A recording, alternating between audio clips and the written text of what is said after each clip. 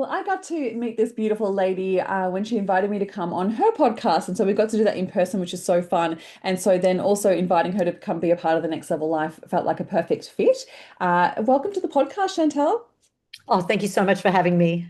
I'm so excited that you're here. We're going to talk all things meaningful marketing, but I want to go back to the beginning. So tell us a little bit about your journey and you had a huge move across continents, and I'm sure that shaped a lot of your journey. So tell us a little bit about where it all began and now where you're sorry, now the people that you're working and serving with now.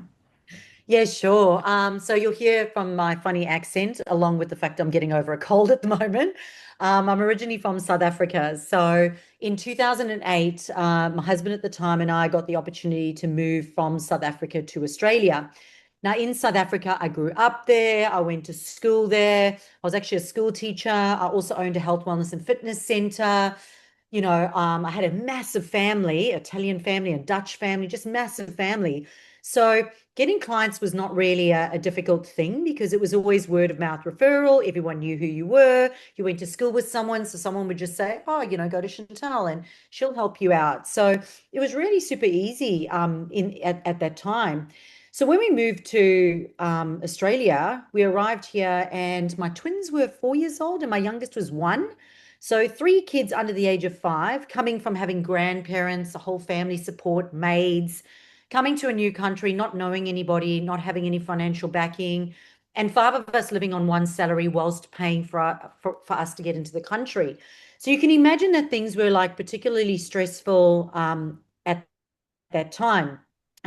What made it worse was in the first 4 years, he was made redundant twice. And when that happened, there's always this thought of we're already halfway through the process of paying to get into the country.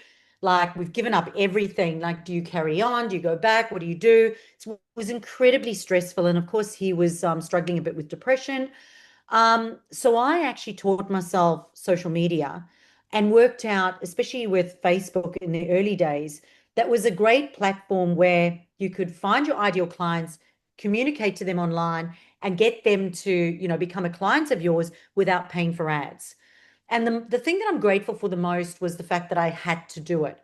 I didn't have Centrelink, I didn't have the support. So I really had to have what I did online actually result in paying customers because else I couldn't actually afford to feed the kids. Like that's how stressful it was in the early stages for us. Now, let me say this. I by far I still class myself as not a marketer, not a marketer. Still class myself as not a marketer, not an online person, not a techie person. But I think it was just that absolute need to be able to do it because I couldn't I couldn't be running around to networking groups and meeting other people with these small kids at home. Online was really the only way that I could do it. So it taught me a lot in the early stages. It taught me a lot about spamming, what you shouldn't do versus what you should do. And it taught me resilience. It also taught me that I definitely don't want to spend my life online, and there has to be easier ways to do this. And it also taught me the benefit of getting things right so I don't spend my life online doing stuff that's not sales focused. Mm. But what it really showed me as well is the importance of, meaningful marketing and making sure that it's meaningful for you so it makes money. It's meaningful for the person that you're helping. And it's meaningful for your life, like for you to be able to enjoy your life. Yeah, we're so blessed, right, to be able to run a business online and to be able to track people and not have to leave the house. Like, I love it. I love that fact. And wow, like I think that juxtaposition of like having to like the pressure of like having to make it work and figure it all out along, but also starting from 2008 in the social space, like back then, like happy days when you could create organic reach, so good. And so much has changed since that. And I think that like weaving it back to like 2026 now, also this high need for meaningfulness when it comes to our marketing is so incredibly important as well. I'm imagining you're seeing so much. Yeah, look, everybody's so excited with AI and everything. And, as people were excited after COVID with getting online and being online all the time. Mhm. But I think more than anything, people are craving connection. So because there's so much fake out there, people more than anything are actually wanting to connect on a meaningful level with people. So I think this is a great opportunity for business owners. So whilst we use AI and we love AI and there's a place for it, we make sure that there's also space for in our marketing, real true authenticity, mistakes, wearing no makeup when you're doing your Facebook Live, and just being really authentic. And I think there's really a craving for people to actually have that still. And what we're finding is that it's actually more accepting, and people are more likely to actually engage with you if you do actually have that in your marketing.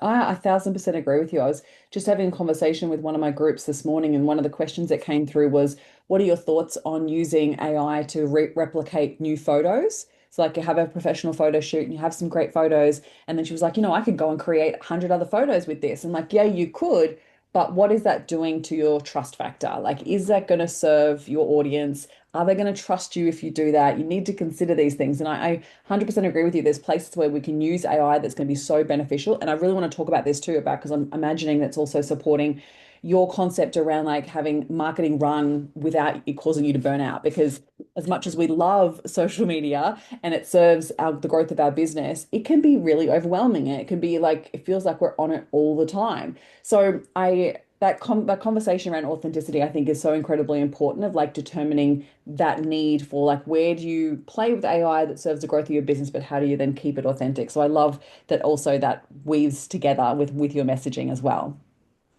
Yeah, look, at the end of the day, I always say it comes down to the human intelligence that you put into it. So I Mm, think it's really important for people to work out what is your personal branding and what is your business branding and what are your values and how do you actually want to be seen online.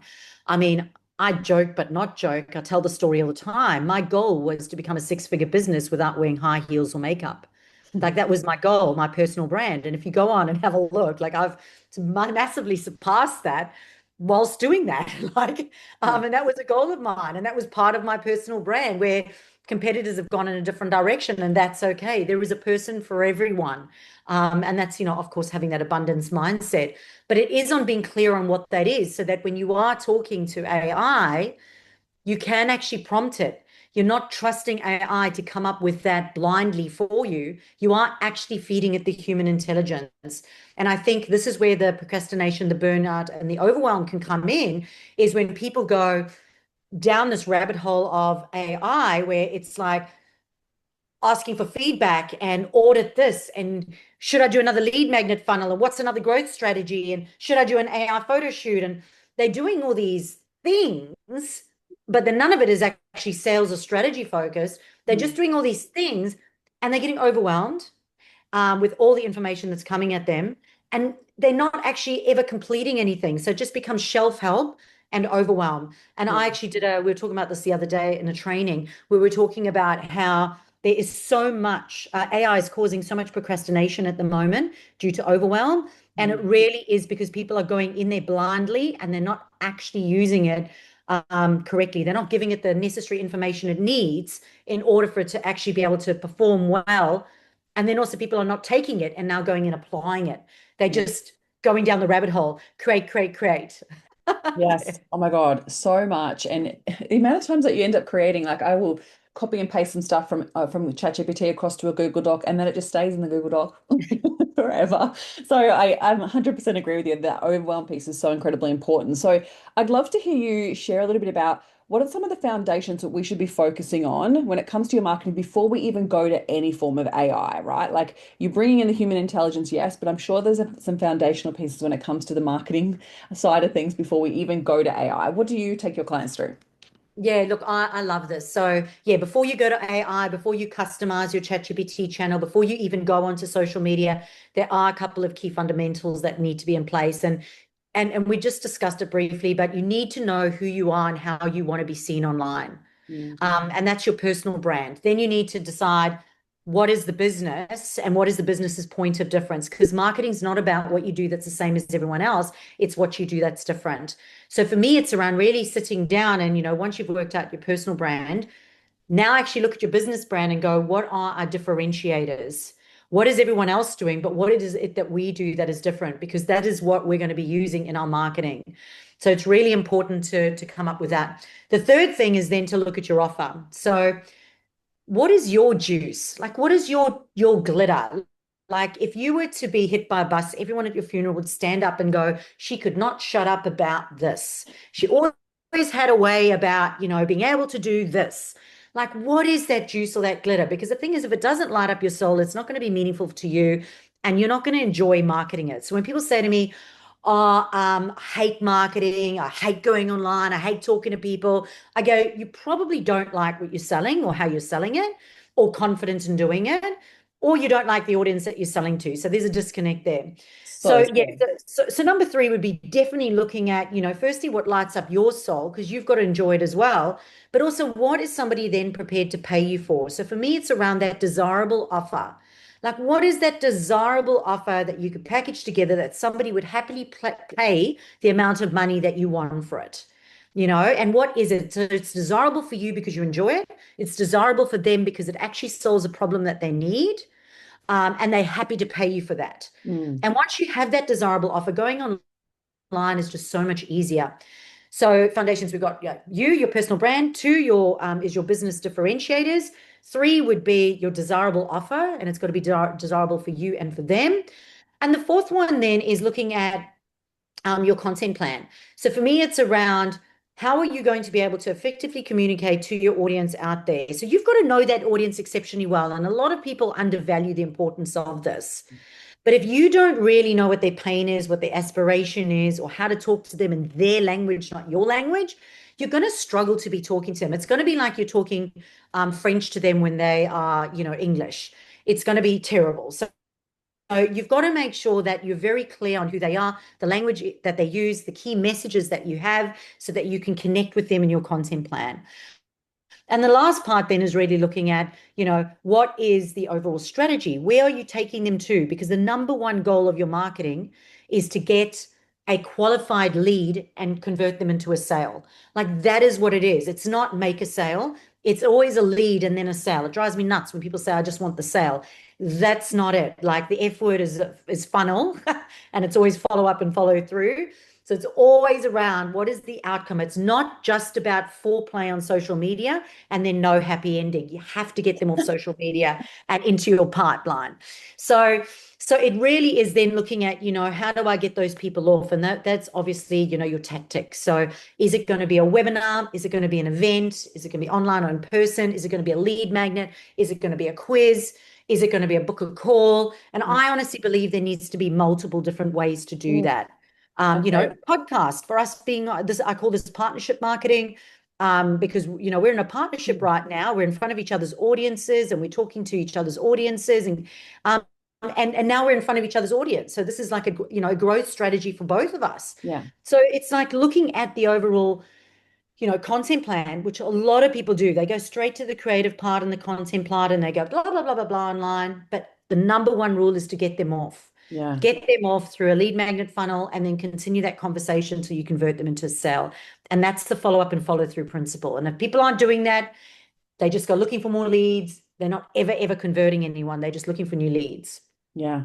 And I think as well, like that happens if they've gone straight to ChatGPT to uncover or to create the content instead of actually doing all of that work. So I just want to like reiterate to anyone that's listening, everything that Chantal just spoke about was before AI, like before AI. And I think that it's a great tool and I'm loving it, but I think sometimes people are just outsourcing so much of their own inner knowledge and they're outsourcing the stuff that they need to be doing in order to really get clear on their offers, really get clear on their audience and have those conversations. Like two market research conversations can give you so much more information than any ChatGPT could.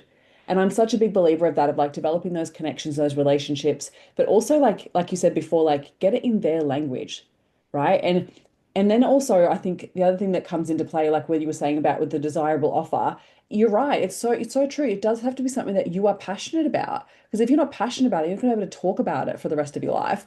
And people feel that. People really do feel when you're not passionate about it or that you feel like you're just phoning it in. And I think that ChatGPT or any type of AI can feel like you're just phoning in your marketing instead of actually getting really different. And I do love how you shared, like, what did you say? You said marketing is what you do that's different. And I think that without all of those foundational pieces that you just mentioned, you're not doing anything different. And the content's literally being regurgitated around the market of exactly the same shit, right? Like it's exactly Yeah. the same, and we're so sick of it. No, it's so true. So true. Yeah, I love that. And at the end of the day, like AI is there as a tool, but at the end of the day, it's never going to know the things that you know about your audience and your offer. It's always going to be cold. Mm, And I often compare it to like if you get a virtual assistant, so many people are going offshore getting a virtual assistant, or even if you just got an in-house marketing person, and you say to the in-house marketing person, I help people over 40 with their marketing. And that's how you communicate it to your staff member. If you communicated that to your staff member would take that knowledge because they wouldn't have all the other deeper knowledge that you have, but you've communicated in such a superficial way that that person would now go and run with that in their mm, marketing. Now, AI is exactly like a virtual assistant. It's exactly like an employee. So whatever you're prompting into ChatGPT or any of the platforms, if you don't take the time to really dig deep and do those foundational things and prompt it with that foundational stuff, which you can also do when you customize your chat GPT. At the end of the day, it's only going to give you it'll only give you the level of what you're giving it. And I mm. think it's so important to know that. And this is why if you're going to be lazy in your business, like honestly, it drives me nuts when I see lazy people in their business. Those people who go, oh my God, I hate being online and I hate marketing and I'm too busy to do marketing. And I'm like, well, if you're too busy to do marketing, Get you a don't job. deserve to have new Yeah. clients. Yeah, you don't deserve new clients. You don't have time for new clients. You don't deserve new times to go get a job, right? So it's the same thing with AI. I think it's just important to note that, if you want to be a professional person inside your business, put your big girl pants on or your big boy pants on and, do the right thing. Do the things that Absolutely. need to be done in order to get a result better than anyone else. And that's not just sitting on ChatGPT. So Agreed. So agreed. So talk to us through like what you're noticing as well now that we're coming into 2026. Like you mentioned like obviously that connection and that humanness is so incredibly important in creating your meaningful marketing. What else are you noticing that you're finding is really like landing for people that's really working for your clients that is so incredibly important for 2026? I mean, you're going to love what I say because it validates you as in what you do, but it is getting support and getting a coach and having that accountability because we all have AI, right? And a lot of people would say to me, Chantal, aren't you worried? People can just go and in 2 minutes, ask for a marketing strategy and have a marketing strategy. Are you worried about your job? I'm like, no, I'm not. Like people are craving working with a human being and getting direction, clear direction and support. But not only that, and you value this too, and this is why I said it's a big pat on the back for you, you with your mindset. It's all the other things that come with that humanness of I'm feeling tired today. I'm not feeling creative today.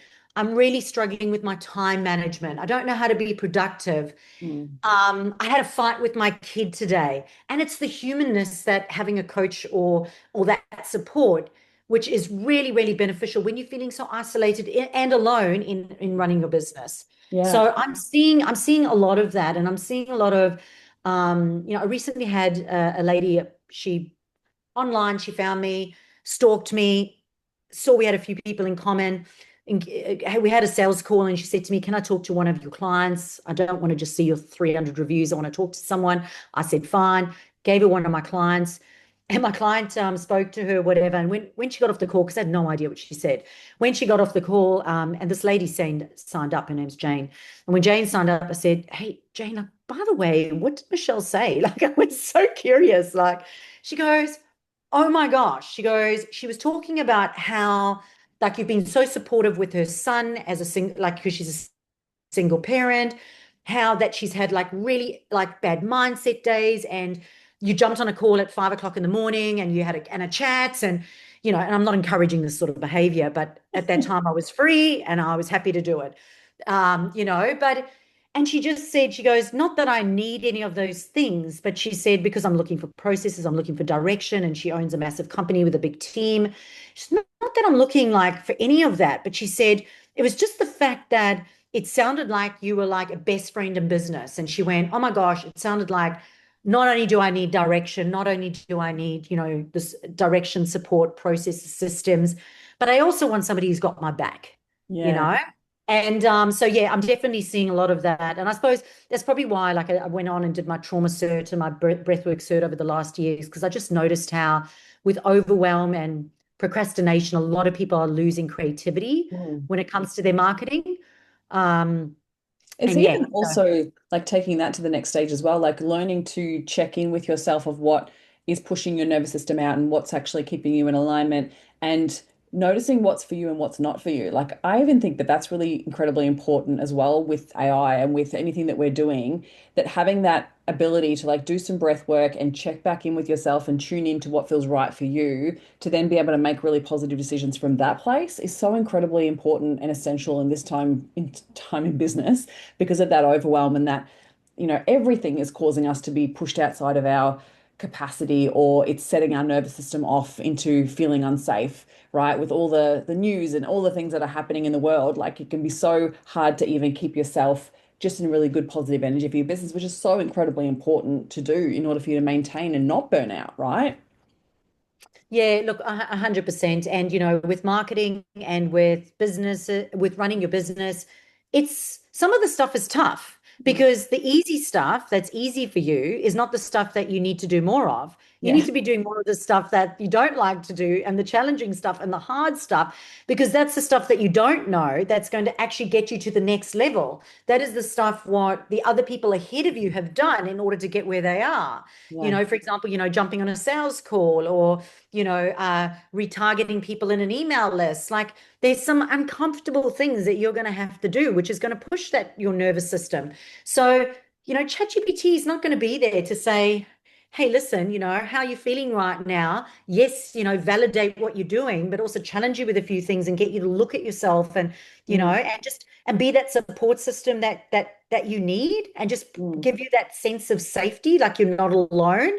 Yeah. And you're not Need doing it that. for them. You're just obviously just directing them. Mm. And as Michelle would say, I call her on her shit, right? So it's like, ChatGPT doesn't do that. My girlfriend, I was out the other day and I asked Andy, who's my ChatGPT, I asked him something. And when I got off, Fiona said to me, "Oh my gosh, your ChatGPT is such a kiss ass. Like he's such a kiss ass. He literally kisses your ass." And it was like, It's so funny, isn't it? Like it's so true. Like it can be either that way, or it can be so masculine that as a woman in business, you actually sometimes just need someone to be like, "Hey, take a nap." Like you need to just take a break, step away, yeah, have a break before you come back and make that decision because you don't want to make that decision in the emotions that you're in. Like and yeah. ChatGPT is so like programmed from a masculine point of view that I'm like, you're never going to get that supportive mind, like supportive coach that you know you need. So I 100% agree with you. It's so good. So talk to us a little bit about like we've talked about the overwhelm piece, but when it comes to marketing, it's such a beast. Like honestly, it is such a beast. We feel like it's something we always have to be doing.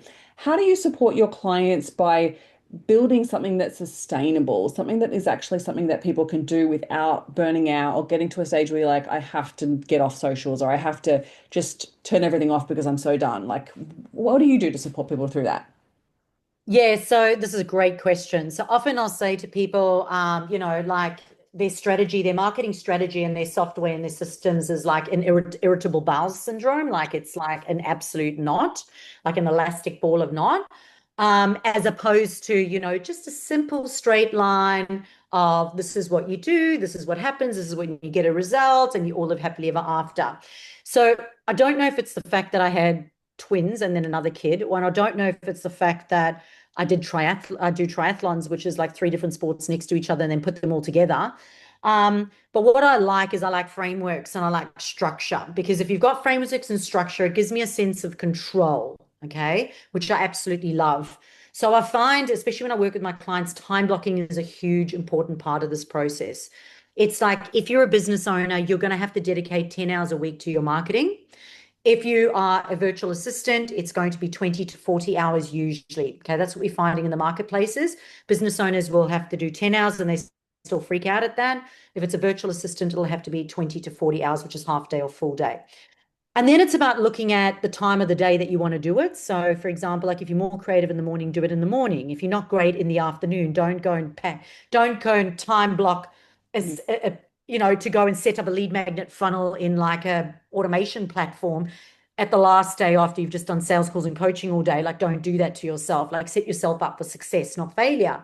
So when you look at it and you go, right, well, if I'm a business owner and I've got 10 hours to do, there's 6 key areas that you've got to be focusing on every single week. So once they've been set up and audited and you've got a strategy, they then need to be managed. So there's 6 things on. I've written them here so I don't lose them. But number one is Google. So on an ongoing basis, you've got to make sure that you're taking care of your Googles. Don't worry about your Kegels, worry about your Googles, right?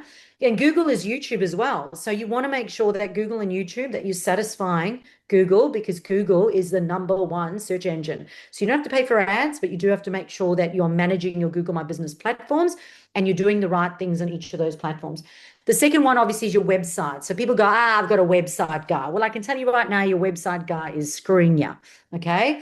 Most of them are. They take money every single month and they do very little. It's very important for you to get control over your website. Make sure that you've got the right words on your website, which is SEO words. Make sure your customer journey is right. Your flow is really good. You've got multiple lead captures on there. And you are checking the back end to make sure your plugins and everything are working. But so your website is an ongoing thing. You also want to be tracking your website, like running heat maps and an SEO, an SEO audit every month so that you can check, how you're ranking. So website's another one that you've got to be doing, right? So number 3 then would be social media. So when I talk about social media, it's all the know, like, and trust stuff. So all the trust builders, all the authentic stuff. What are your values? What are your key messages? What are you doing out there to educate people on your point of difference and what it is? So why you, why this, right? Then we go into lead generation. So lead generation of the sales focused activities. Is that, following up with sales calls? Is that promoting a lead magnet funnel? Is that running a webinar? Is that a book a call? Is that appointment setting? What are your actual weekly sales focused tasks? And this is where a lot of people don't do this, right? Because this is the stuff that like freaks everyone out. So they do the, I'll spend 10 hours in Canva this week, as opposed to if you've got 10 hours in marketing, and most business owners won't like the sound of that, but you cannot do less. You would be hoping that 3-4 hours of that's going to be sales focused activities, right? Lead Yeah. generation. Being visible. Yeah. Oh my gosh. Well, I like to say content is the know, like, and trust is the visibility. Lead generation is sales focused. It means converting. It Yeah. means closing that gap, getting them to the end. So then we've got email marketing. So now that we've got those leads in there, how do we continue to talk to them, build that know, like, and trust? And we do that through automations, and we also do that through newsletters. Um, After email marketing, we've got partnership marketing. So are you getting into the media? Are you doing awards? What about B2B? What about podcasts, co-blogging, co-eventing, joint ventures, competitions? These are all partnership marketing ideas. So there's those 6 areas that need to happen like on an ongoing basis. And on top of it, you should be allowing time in your diary as well for training. So at least 1 to 2 hours of training per week, with action steps. So whenever you train on something, you make sure that you've got 3 to 5 action steps you're going to take from that training that you actually action. You've also got reporting. So on an ongoing basis, you need to be reporting and looking at your analytics and data at least once a month. Um, and there's one more that I can't think of right now. It'll come to me later. But yeah, you want to make sure that you've got all of those things in place. So there's 9 things that are in place, and you want to make sure that you're doing them on an ongoing basis. So having that time blocked in your calendar, maybe all in different colors, is now going to give you the discipline of this is what I need to do in order to get to the other side. But bearing in mind, you've already audited what you've got, you've already set up what you need, and you already have a strategy and a plan. That's the implementation part. The implementation part is how do I do this all the time? Yeah. And that is having it in your diary. And I'm sure that anyone listening to this, they're already in overwhelm. They go, Going to that of like, oh my God, 10 hours, plus also all the things that need to make sure that they're across. How do you maintain that within your business? So you must have team, like there's obviously things that you do and parts that your team do. You talk us through how you maintain that so it's sustainable for you and you're not burning out. yeah, sure. So great question. So the #1 rule is no virtual assistant until you're a 6-figure business. Okay, that is the rule. Sorry, guys, it is a rule. These people that are spending money in outsourcing before they've actually learned and set up things properly themselves, you should be investing in yourself and your setup and your Mm. understanding of your business. When you're a six-figure business, go and get your first virtual assistant to manage 20 hours a week of the marketing. And the reason for that is, guys, and I know all of you are like, what? The reason for that is so that you don't get screwed. Mm. Because people will come in and go, yeah, I can do lead gen, I can do appointment setting, yeah, I can do sales, I can do whatever. If you haven't actually built a six-figure business, and if it's not working before they come in, and if you do not understand it, and if you do not have funnels in place, you're not going to be able to look at what they're actually doing and see whether or not it fits as part of your entire ecosystem. Mm. And guys, I see this every single week. So I'm not BSing you. Every single week, people come to me and they've invested so much money and they're further behind than they've ever been because they were going for quick fixes. Yeah. So that's getting a virtual assistant too soon, doing Facebook ads too soon. All right. If it is not working without ads, it will not work with ads. End of story. It makes sense, right? Why would you put money on something that's broken and it's not going to work? So unless you've got heaps of money to throw down the toilet, go for it. I know people who've lost tens of, there was a lady, when was it? Beginning of this year, $30,000 in Facebook advertising. She Oh my doesn't even have her God. email marketing set up. And the What? company, she went to an ads team. They said, "Don't worry, it's going to work. Put in another 5 grand, put in another 5 grand, put in another whatever." How do they Screwed. sleep at night? And 30 grand down the toilet. She had to get rid of a staff member. This is a true story. She couldn't employ a staff member anymore, had to get rid of a staff member. Okay, $30,000. She doesn't even have email marketing in place. So another rule, no paid advertising unless you've got email marketing in place. And I'm not talking about MailChimp. All So right. crazy. MailChimp's too much of a baby for it. So that's not what to do at first. And now what I do. So what I've learned the hard way and what I see all the time. So what I do now is I am now, okay, bearing in mind, I've had my business for 15 years, right? I have a social media and email marketing manager. She's an Australian. She manages my social media and my emails. And she also does a select few of our clients. We don't do a lot of stuff for other people. I think we've got about 8 clients. So she does that, and that just keeps her going with mine. However, her and I meet for 1 hour a week. We plan out the emails and the content and the overview, and then she finalizes and puts it together because we've got templates, frameworks, and we've customized our ChatGPT as well, Hmm. right? Um, and my friends always laugh. They go into socials and go, "Oh, I can see that was her post. Oh, I could see that was your post." So like they try to tell the difference. And guys, you can, but there's enough of me in there that I feel it's balanced, Yeah. right? So that's her. Then I've got Brian. So Brian he's a 40-hour virtual assistant per week. He manages my software company, which is high level, which is called OBM Hub. So we needed somebody dedicated for that. But he also manages my calendar, my emails, and then any of our tech questions. We've also got a WordPress website as well as our Go High Level website. So he manages all of that for me. So I needed somebody who could do that. And then recently this year, I got a 2IC. So my 2IC, she is doing, she's on the phone because where I was neglecting everything over the last 2 years is when I'm doing podcasts, when I'm speaking, I'm traveling, when I'm doing all this stuff, I cannot be doing sales calls. I cannot be following up. So we're getting in more leads all the time, but nobody was on the phone phoning them and having conversations. So Joe came in and did that for us this year. So that's my team of unicorns. So I've got three. Two of them are part-time, and one of them's full-time. But um, my business needs that. It sustains that. We've met our Mm. financial obligations to get that. And guess what? I meet with them. We have Yeah. frameworks, we have structures. So we meet every Monday for a planning session for an hour all together.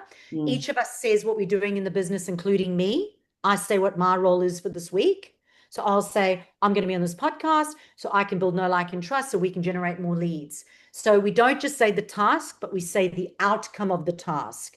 It's very important that when you're outsourcing or delegating something to someone, they understand the outcome. I And agree. then that's the planning session for the week. On a Friday, we have a review session. This is what we did. This is what worked. This is what didn't work. Our open rates, our click-throughs, answer any other questions. What were our wins? What were things we can improve on? And because we've got project management systems in place, everything else, like I don't hear anything else. I just work. and I do me, and everything else is running around in the background. Love it. Love it. Thank you so much for sharing all of that. I think it's always so good to hear the insights of what's happening behind the scenes because we just don't get to see it often. And then secondly, I'd love for you to speak to, because I agree, like I think I hear a lot of stories as well of people outsourcing their marketing way too early. And then also outsourcing it without being hands-on at all is also another one that I hear a lot of where I'm like, what are you doing? Like, why? If you are the visionary of the business, you should be driving it. So like I'd love to hear, like you mentioned, like your role. Like your role is obviously the visibility piece and the sales element and the like, know, like, and trust. How do you define your role within the business? Like, is there something that you think about when you think like, okay, how am I approaching this month ahead? How do you approach your role? Yeah, so right in the very beginning, when I first started, obviously as a business owner, solopreneur, you're everything, all Mm, right? And then following a couple of different systems in that. So, for example, I've got a good friend, Deborah Chantry Taylor, who does EOS, the Entrepreneur's Operating System, and they talk about, having integrators and having visionaries. So when I understood that there's different parts, when mm, you first start, obviously you're everything. mm, And then it's about what do I love doing and what brings me joy and what really works in the business. And that is me stepping into my role as the educator, as the strategist, as the motivational speaker, as an MC, running my podcast, doing events. That is all the stuff that generates the leads. But I needed people to catch what I'm throwing. mm, So the first person that I actually brought on was the social media and the email marketing person. Because when I was throwing in leads, I needed to make sure that from social media to email, the first thing that was happening was that they were being retargeted and encouraged to book a call. Else I'd just be generating leads mm, and there was nobody catching those leads here. And I was doing the sales calls in the very beginning, right? So that was my role. So then from there, we did that. That was really important. But then we had the digital marketing stuff, and this is a good time for me to bring in what a freelancer is, because a lot of businesses keep saying they're going out and they're looking for a virtual assistant. When they're looking for a virtual assistant, they're not looking for they say they're looking for a virtual assistant. What they mean is they're looking for a freelancer. So let me describe the difference. So whether or not it's Australian or offshore, it doesn't matter. But a lot of people get this wrong because they go out and they go, I want 2 hours a week, I want 5 hours a week, I want 10 hours a week. What that means is that other person is doing 20 other jobs and has 30 other projects and 50 other obligations and 60 other things on their mind mm, whilst they're managing your task. And I think it's really important to know that freelancers are generalists, usually. They know a little bit of everything and they are working on 1,000 different projects. And if you go online, you'll see it all the time. People say, I've waited months for this. I never got it. It was never done properly because they've gone out, they're looking for help, and it's a freelancer. When someone says, I'm looking for a virtual assistant, they really should be saying that they're looking for their personal own virtual assistant. And that means that person is going to grow with the business. Okay. They are the ones that are happy to do training to improve their role in your business. They are the ones who will look at your analytics. They will problem solve. They will look at what's working and not working and optimize it. Now, when you go to a freelancer, that's not going to happen. mm, So when you it usually happens like when you're a five-figure business owner and you go, oh, I really need help. I don't know what I'm doing. I really need help. It's because you need a strategy. It's not because you need strategy or support. You don't need a freelancer or a virtual assistant. So when you go out and you get someone else that's a generalist, they come into your business and they potter around and they do a couple of little things, but they're never going to look at the entire ecosystem and they're never going to look at the entirety of it. They're not invested in your business because once you've paid them, they're done, right? So it's really important that business owners know the difference between a freelancer and a virtual assistant. Because my second hire was, so my first hire was email marketing and social media. My second hire was the digital marketing one, because that I was outsourcing it to freelancers like web developers and people that would go and on a project base, they would do stuff, to my website and it would take forever. Things wouldn't happen in time. I'd go into the back end and notice that plugins hadn't been checked, even though like you're paying for a monthly maintenance. And I want control of my vehicles. This is my traffic, my income, my vehicle. I don't understand it. I don't like know it. So this is when I went, right, I'm getting my second hire. I want this person specifically to have digital marketing skills so that they could be really focused on SEO, website, the back end of the funnel. So not just the content, which was the social media and the email, but more advanced email marketing and conversions and CRM and digital marketing. So that was my second hire. And then my third hire was to get me off the phones. So get me off the phones and to get someone else there. Mm. And then, of course, putting a structure in place, meeting with them. At least we meet Mondays and Fridays. And then also the other one is working bees. So working bees is when they meet with each other for an hour each a week. So they learn each other's roles and they also support each other or ask each other questions or working bees with me. So for example, Chantal, we've got an award coming up. I'm writing the award for you. I've already done some of it. Let's sit down now and have a working bee and we'll go over it together. I love that concept. That's such a cool idea. And I think it's so cool that then they speak to each other because you really are then developing a beautiful team culture rather than just be individuals working in different parts of your business and then not talking and it's not benefiting the overall. So I love that concept. That's so cool. Thank you so much for sharing all of that. My goodness. So talk to us about 2026 and what's next for you. What are you stepping into next for 2026?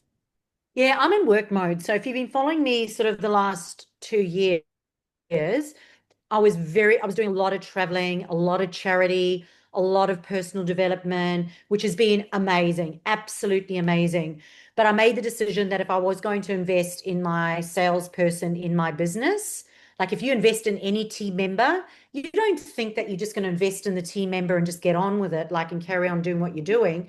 For me, I decided that I was going to spend the next, year really digging in, making sure that person was successful in that role, and just making sure that I've got my unicorns and my systems and really just take a back seat for a year.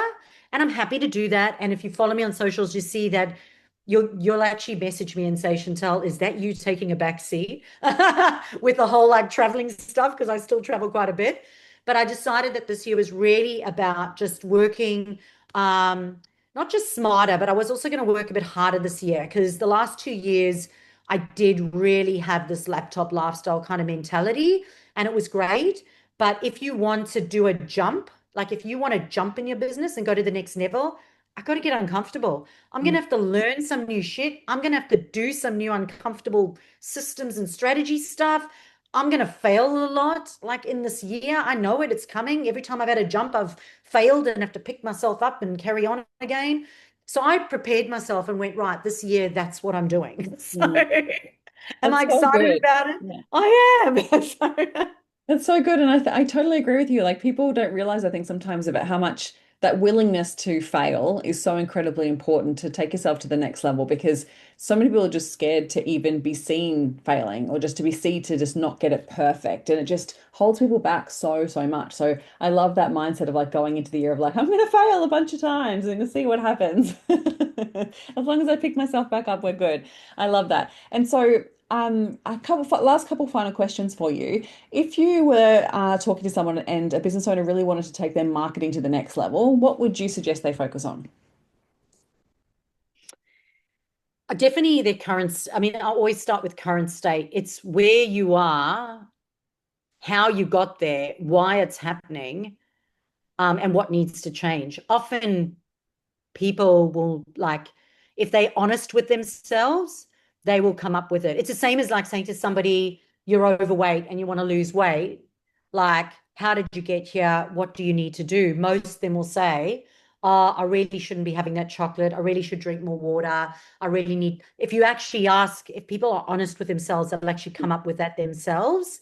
If you're really, really honest, they'll be able to look at it. And possibly that's what I did with myself around 2026. I looked at it and went, honestly, if I want to do a jump, I'm gonna have to do this next thing of being uncomfortable. So I think, yeah, just ask yourself some really honest questions.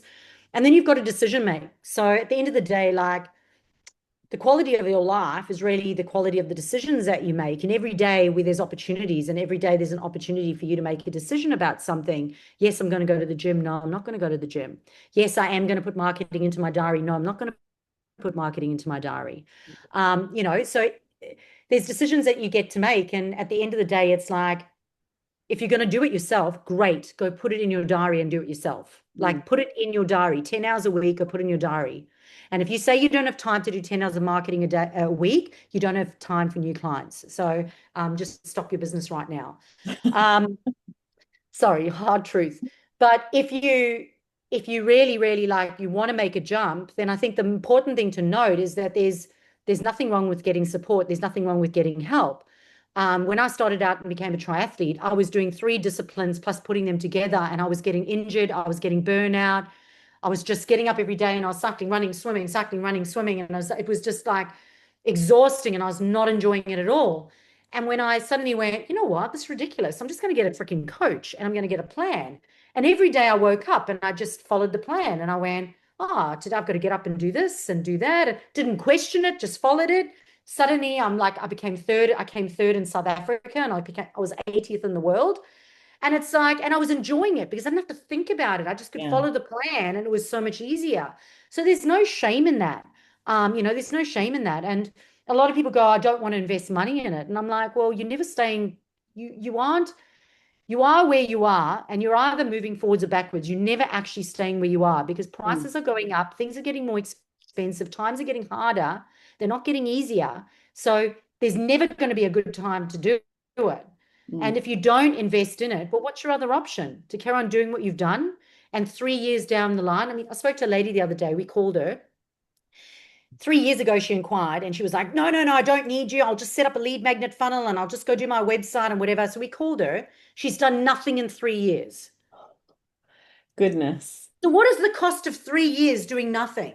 Yeah, Like, you got to pay in time, right? If you don't pay with money, you're going to pay with so she time. could have she could have bought, like she could have got help. She could have signed up. She could have got help. And with, 8 weeks to 5 months, she could have had it all set up and ready to go. 3 years later, Mm, like, yeah. So at the end of the day, you have that decision to make. Like you get to make that decision for your life. And it's okay. Some people are happy where they are. yeah, I don't judge people. I'm like, some people are really happy just being where they are. They like to stay where they are. But there's others that have got goals. So love yeah. it. Amazing. Well, thank you so much for everything you shared with us today. Can you share with everyone how they can find you and connect with you? Yeah, sure. So, if you have a look at any of your favorite podcast platforms, you'll be able to find me on the Meaningful Marketing podcast. You can have a look at the episode that we did together as well.